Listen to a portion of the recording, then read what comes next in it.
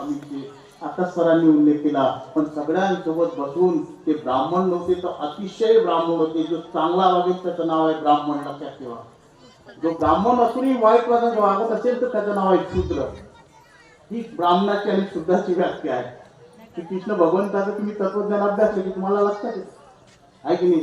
तर त्या दाखोबा खातीला स्वामी जवळ बसवतात, आपल्या सपांती भोजन वाढतात आणि सपांती भोजन झाल्यानंतर स्वामींना त्यांनी 5 वर्णी जाळी वगैरे आणि ते स्वीकार करतात आणि तो मग जातो. मग लक्षात ठेवा, समतेच्या नावावर निष्ठा अपगंडा करणारे ह्या समाजाला मला असं विचारत आहे, भगवान श्री चक्रधर स्वामी खऱ्या समतेचे पुरस्कर्ते होते हे तुम्हाला ठासून सांगावं लागेल. आणि खऱ्या अर्थाने समता जर तुम्ही पाळली असेल या जगामध्ये ते फक्त आणि फक्त भगवान श्री चक्रधर स्वामी त्याचे पहिले आद्य प्रेरित होते असं मला म्हणायचं आहे.